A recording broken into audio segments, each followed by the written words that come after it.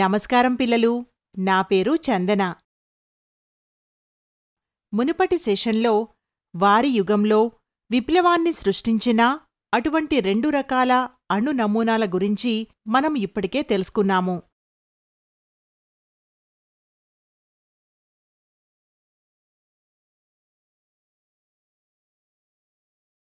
ఒకటి థామ్సన్ యొక్క plum pudding model, మరొకటి రూదర్ఫర్డ్ యొక్క అటామిక్ మోడల్.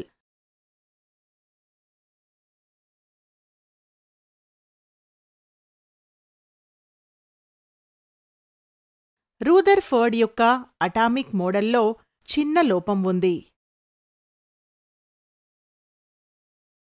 దీనిని సరిదిద్దడానికి నీల్స్ బోర్ ఒక అణువు యొక్క నిర్మాణం యొక్క మరొక నమూనాను ఊహించాడు.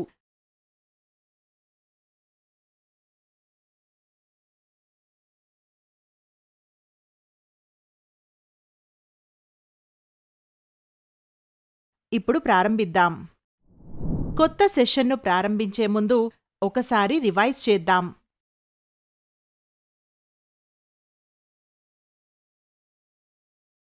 థామ్సన్ అణువులు ఎలక్ట్రాన్లుగా పిలువబడే ప్రతికూలంగా ఛార్జ్ చేయబడిన కణాలను కలిగి ఉన్నాయని నిర్ధారించారు.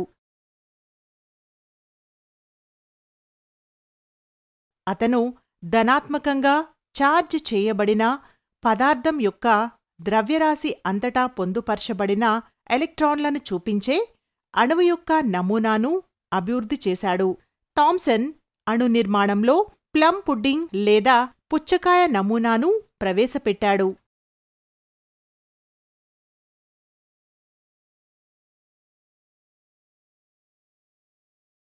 రూదర్ఫర్డ్ యొక్క ఆల్ఫా పార్టికల్ స్కాటరింగ్ ప్రయోగం పరమాణు కేంద్రం యొక్క ఆవిష్కరణకు దారితీసింది.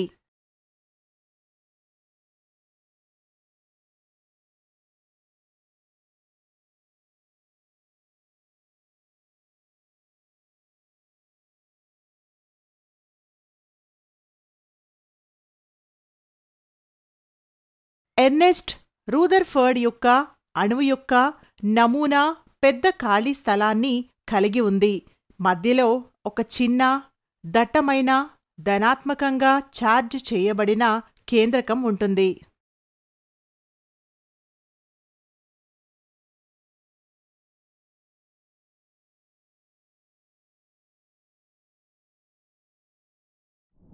అభ్యాస ఫలితాలు. ఈ సెషన్ ముగింపులో మీరు దీని గురించి అర్థం చేసుకోగలరు. రూదర్ఫర్డ్ యొక్క అణు నమూనా యొక్క లోపం,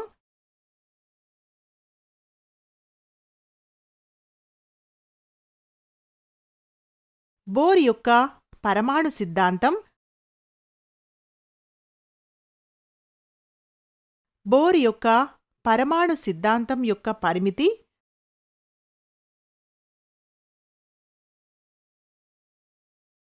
న్యూట్రాన్ ఆవిష్కరణ. కీలక పదాలు: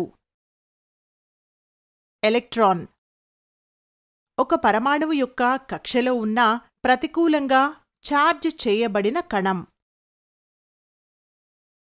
న్యూక్లియస్ అణువు మధ్యలో ఉన్న గోళం.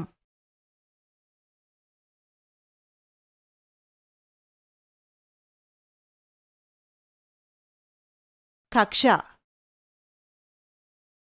ఎలక్ట్రాన్లు ఉండే షెల్.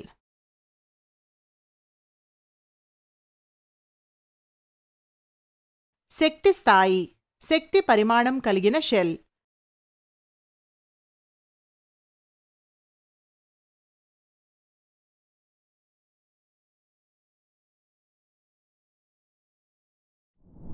ఈ పాఠం యొక్క కాన్సెప్ట్ మ్యాప్ను చూద్దాం.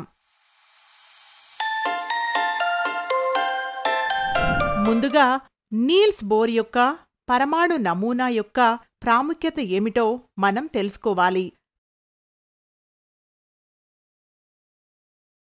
కదిలే ఎలక్ట్రాన్ వేగవంతం కావాలి మరియు నిరంతరం శక్తిని కోల్పోతుంది. శక్తి నష్టం కారణంగా ఎలక్ట్రాన్ యొక్క మార్గం తగ్గిపోవచ్చు మరియు చివరకు ఎలక్ట్రాన్ కేంద్రంలోకి పడిపోతుంది. అలా జరిగితే అణువు అస్థిరంగా మారుతుంది. కానీ పరమాణువులు స్థిరంగా ఉంటాయి. అందువలన రూదర్ఫర్డ్ యొక్క నమూనా అణువు యొక్క స్థిరత్వాన్ని వివరించడంలో విఫలమైంది.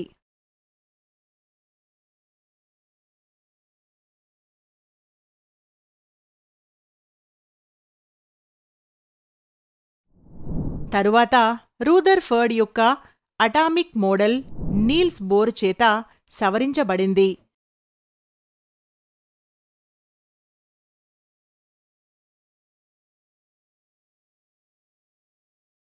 1913లో నీల్స్ బోర్ అనే డానిష్ భౌతిక శాస్త్రవేత్త పరమాణువు యొక్క స్థిరత్వానికి గల కారణాలను వేరే పద్ధతిలో వివరించాడు.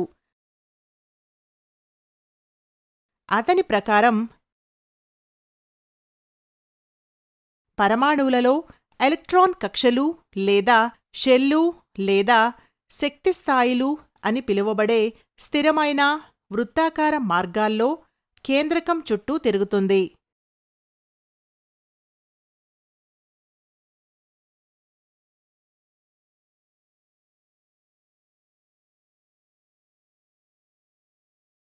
ఒక కక్షలో కేంద్రకం చుట్టూ తిరుగుతున్నప్పుడు ఎలక్ట్రాన్ శక్తిని కోల్పోదు లేదా పొందదు.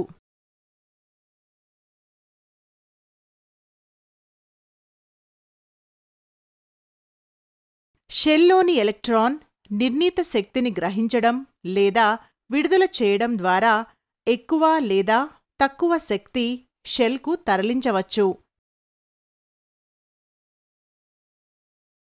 కక్షలు లేదా shell K, L, M, N లేదా అక్షరాలు N = 1, 2, 3, 4 సంఖ్యలు ద్వారా సూచించబడతాయి.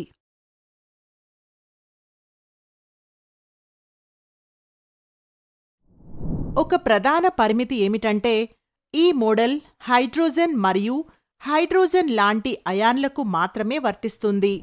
అంటే He, Li2, Be3 మరియు మొదలైనవి. ఇది బహుళ ఎలక్ట్రాన్ కేంద్రకం వరకు విస్తరించబడదు.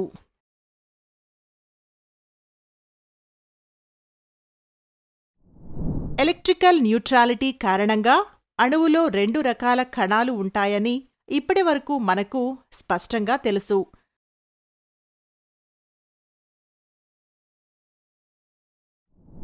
ధనాత్మకంగా ఛార్జ్ చేయబడిన ప్రోటాన్ మరియు ప్రతికూలంగా ఛార్జ్ చేయబడిన ఎలక్ట్రాన్. ఇప్పుడు మనం న్యూట్రాన్ల గురించి తెలుసుకుందాం. 1932లో జేమ్స్ చాడ్విక్ బెరీలియం ఆల్ఫా కణాలకు గురైనప్పుడు ప్రోటాన్లకు సమానమైన ద్రవ్యరాశి కలిగిన కణాలు విడుదలయ్యాయని గమనించాడు. ఈ ఉద్గార కణాలు ఎటువంటి విద్యుత్ ఛార్జీలను కలిగి ఉండవు.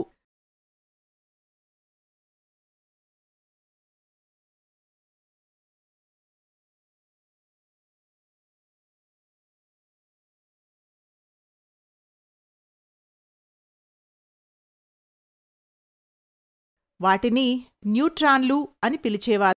ఇది తెరపై ఉన్నట్లుగా సూచించబడుతుంది.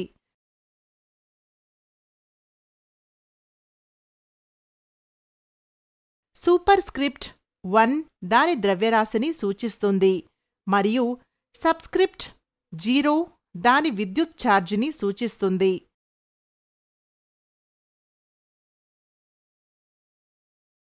న్యూట్రాన్ల లక్షణాలు. ఈ కణం ఏదైనా అయస్కాంత లేదా విద్యుత్ క్షేత్రం ద్వారా విక్షేపం చేయబడినట్లు కనుగొనబడలేదు. ఇది విద్యుత్ తటస్థంగా ఉందని రుజువు చేస్తుంది. దీని ద్రవ్యరాశి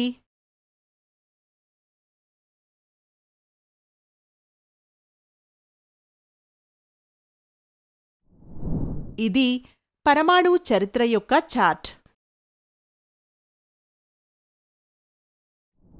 మీరు ఏం నేర్చుకున్నారు?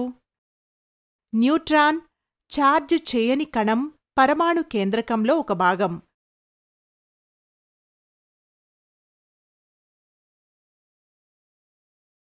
న్యూట్రాన్ ఆవిష్కరణకు క్రెడిట్ జే. చాడ్విక్ చెందుతుంది. న్యూక్లియస్ చుట్టూ వివిక్త శక్తితో ఎలక్ట్రాన్లు వేర్వేరు కక్షలో పంపిణీ చేయబడతాయని నీల్స్ బోర్ ప్రతిపాదించాడు.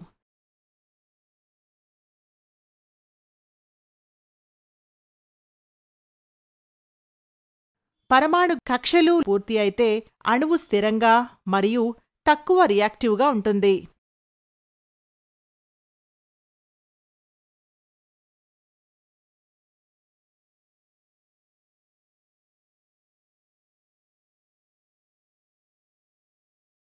పరమాణువు యొక్క కక్షలు K, L, M, N.